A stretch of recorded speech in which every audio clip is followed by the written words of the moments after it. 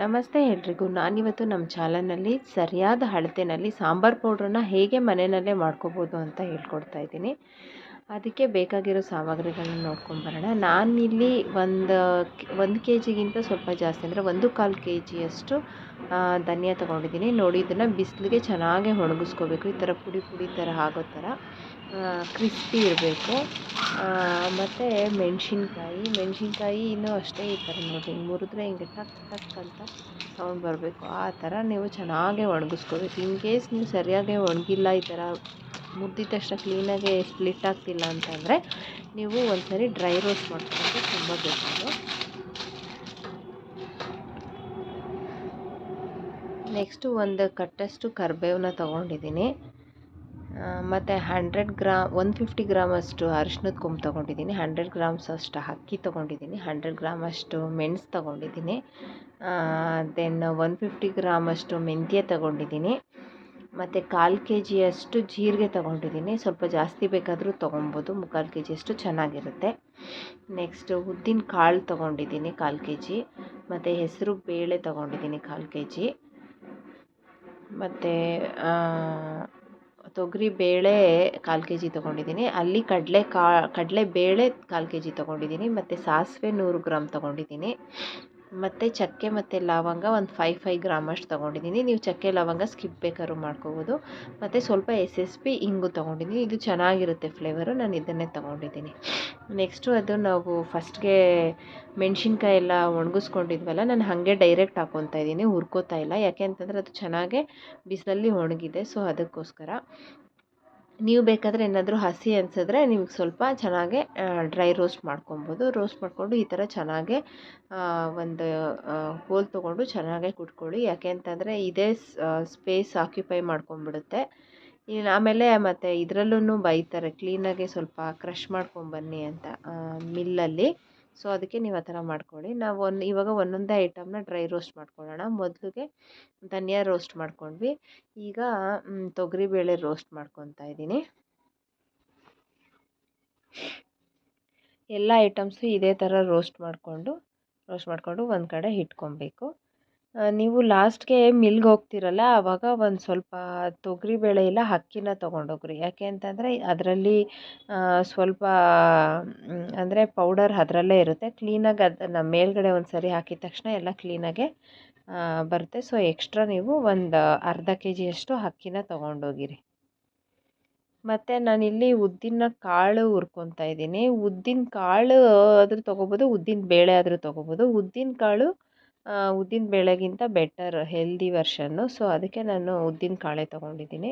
ಮತ್ತು ಇದು ಹೆಸರು ಬೇಳೆನೂ ಅಷ್ಟೇ, ನೀವು ಹೆಸರು ಬೇಳೆ ಆದರೂ ತೊಗೋಬೋದು, ಹೆಸರು ಕಾಳಾದರೂ ತೊಗೊಬೋದು. ನಾನು ಹೆಸರು ಕಾಳು ಅಂದರೆ ಅಂದ್ಕೊಂಡಿದ್ದು ಹಾಕ್ಬೇಕಂತ, ಬಟ್ ಇಲ್ಲಿ ಹೆಸರು ಬೇಳೆ ಕೊಟ್ಟಿದ್ದಾರೆ, ಸೊ ನಾನು ಅದನ್ನೇ ಹಾಕ್ತಾಯಿದ್ದೀನಿ.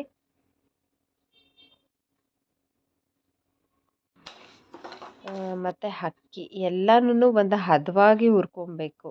ಇಲ್ಲ ಅಂತಂದರೆ ಅದು ಒಂಥರ ಪೌಡರು ಕ್ಲೀನಾಗೇ ಬರೋದಿಲ್ಲ. ಅದೊಂಥರ ಜಾಸ್ತಿ ಹುರಿದಿರೋ ಸ್ಮೆಲ್ಲು, ಒಂಥರ ಸಾಂಬಾರ್ಗೆ ಹಾಕಿದ್ರೆ ಅದೊಂಥರ ಕಹಿ ಕಹಿ ಥರ ಬರೋಕ್ಕೆ ಸ್ಟಾರ್ಟ್ ಆಗುತ್ತೆ. ಸೊ ಅದಕ್ಕೆ ಎಲ್ಲನೂ ಒಂದು ಹದವಾಗಿ ಹುರ್ಕೊಬೇಕು. ಈ ಸ್ಮೆಲ್ ಬರೋವರೆಗೂ ಹುರಿಯೋದು ಅದೆಲ್ಲ ಮಾಡಬಾರ್ದು. ಲೈಟಾಗೆ ಎಲ್ಲ ಒಂದು ಸ್ವಲ್ಪ ಚೆನ್ನಾಗಿ ಬಿಸಿ ಆಗಬೇಕು, ಆ ಥರ ಹುರ್ಕೋಬೇಕು.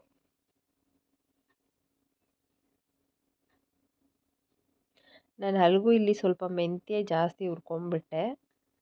ನೀವು ನೋಡ್ಕೊಂಡು ಹುರಿರಿ, ಒಂದು ಮೀಡಿಯಮ್ ಫ್ಲೇಮಲ್ಲಿ ಇಟ್ಕೊಂಡು ಹುರ್ಕೊಳ್ಳಿ, ಎಲ್ಲ ಚೆನ್ನಾಗಿ ಹುರ್ಕೋಬೋದು.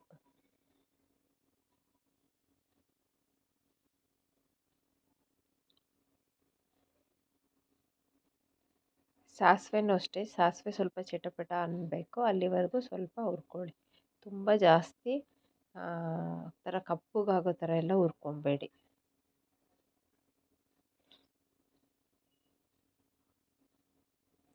ಬೇಕಾದರೆ ಇಲ್ಲಿ ನೀವು ಸ್ವಲ್ಪ ಗಸಗಸೆ ಕೂಡ ಹಾಕ್ಕೊಬೋದು. ನಾನಿಲ್ಲಿ ಗಸಗಸೆ ಸ್ಕಿಪ್ ಮಾಡಿದ್ದೀನಿ, ಯಾಕೆಂದರೆ ಅದು ಸ್ವಲ್ಪ ಗೂಡು ಕಟ್ಟೋ ಚಾನ್ಸಸ್ ಇರುತ್ತೆ, ಅಂದರೆ ಇದು ಹುಳ ಬೀಳೋ ಚಾನ್ಸಸ್ ಇರುತ್ತೆ. ಸೊ ಅದಕ್ಕೆ ಅದನ್ನು ನಾನು ಸ್ಕಿಪ್ ಮಾಡ್ಕೊಂಡಿದ್ದೀನಿ. ನೀವು ಚಕ್ಕೆ ಲವಂಗನೂ ಅಷ್ಟೇ, ಕೆಲವರು ಗರಂ ಮಸಾಲ ಅದು ಹಾಕೋದ್ರಿಂದ ಇದೇನಕ್ಕೆ ಹಾಕಬೇಕು ಅಂತಾರೆ. ಸೊ ಅವರು ಸ್ಕಿಪ್ ಮಾಡಿಕೊಂಡ್ರೆ ಮಾಡ್ಕೋಬೋದು. ನಾನು ಅದಕ್ಕೆ ಇಲ್ಲಿ ಸ್ವಲ್ಪ ಹಾಕ್ಕೊಂಡಿದ್ದೀನಿ.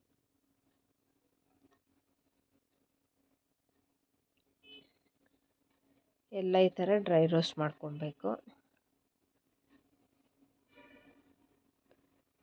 ಮತ್ತು ಕರಿಬೇವು ಅಷ್ಟೇ ಚೆನ್ನಾಗಿ ಒಣಗಿಸ್ಕೊಂಡು ಚೆನ್ನಾಗಿ ಒಂಥರ ಕ್ರಷ್ ಆಗೋ ಥರ ಕರಿಬೇವನ್ನು ರೋಸ್ಟ್ ಮಾಡಿಕೊಂಡು ಎತ್ತಿಟ್ಕೋಬೇಕು.